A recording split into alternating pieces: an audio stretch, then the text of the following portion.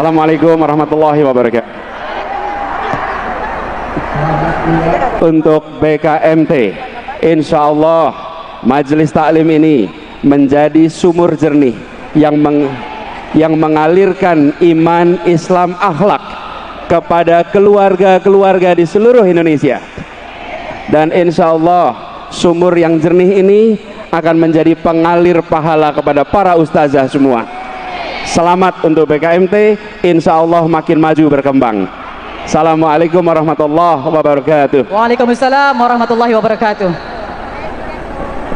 Assalamualaikum warahmatullahi wabarakatuh. Waalaikumsalam warahmatullahi wabarakatuh. Selamat milad 42 tahun Badan Kontak Majelis Taklim BKMT. Semoga semakin maju dan sukses dan terus bisa mengimplementasikan semua nilai perjuangan yang telah ditorehkan oleh Profesor Tuti Alawiyah dan sekarang oleh Ketua Umum Kak Syifa Fauzia dan seluruh keluarga besarnya.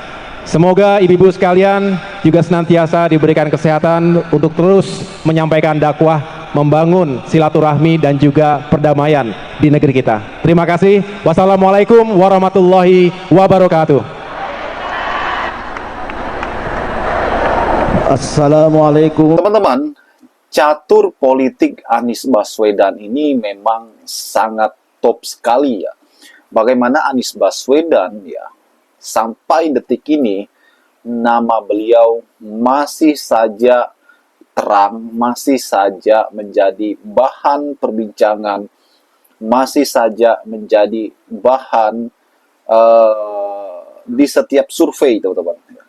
Jadi politik Anies ini memang sangat top sekali ya. Bagaimana beliau kalah di Pilpres 2024 itu tidak menjadi namanya redup.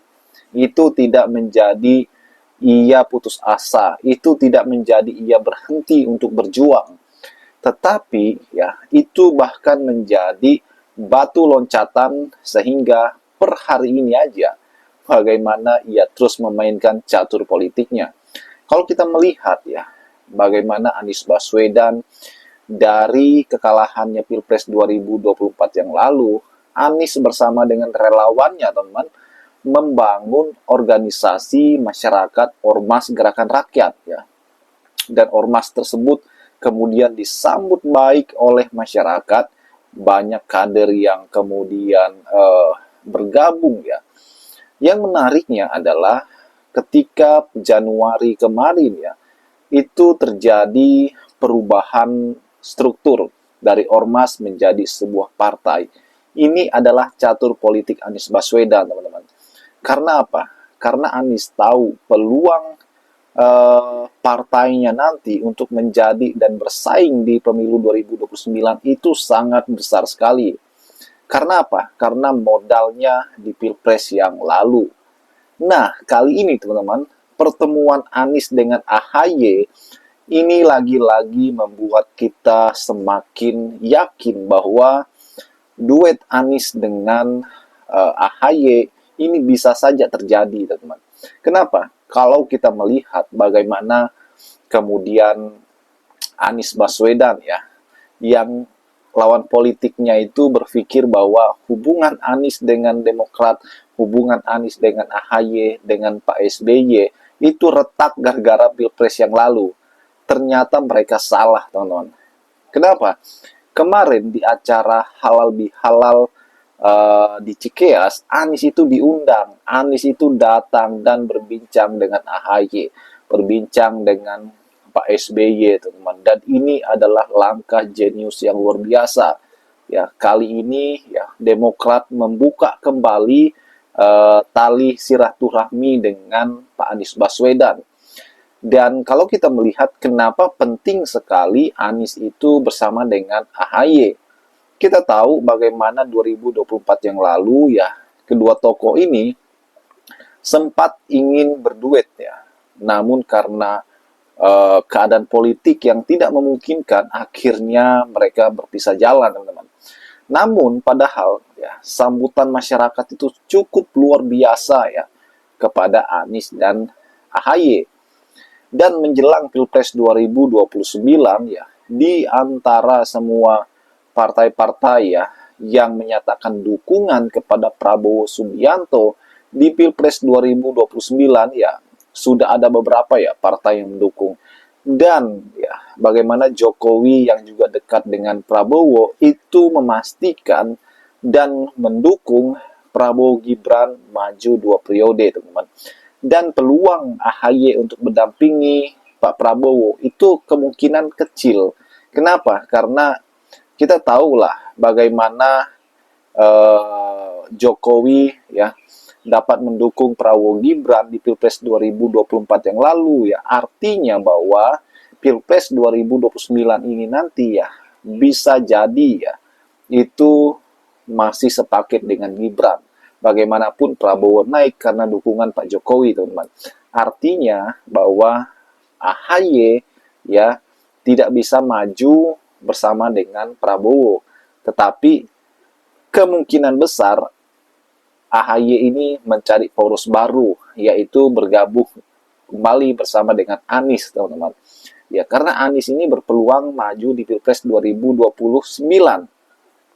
Kalau kita melihat bagaimana Anies sudah dideklarasikan oleh partai yang didirikannya sendiri, yaitu Gerakan Rakyat ya, yang sudah mendeklarasikan Anies sebagai Capres 2029 nanti. Ini adalah sebuah langkah yang dilakukan Anies. Kemudian pertanyaannya, modal apa yang diberikan oleh Anies atau yang dimiliki oleh Anies dalam maju sebagai Capres, teman-teman, 2029?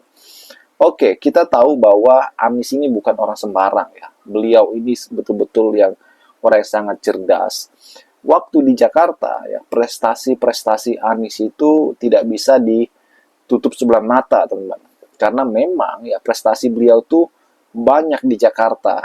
Bahkan ketika orang ingin menjatuhkannya ya, berkali-kali Anies itu dipanggil KPK, namun tidak ada satu kesalahan pun yang dilakukan Anies yang bisa menjeratnya.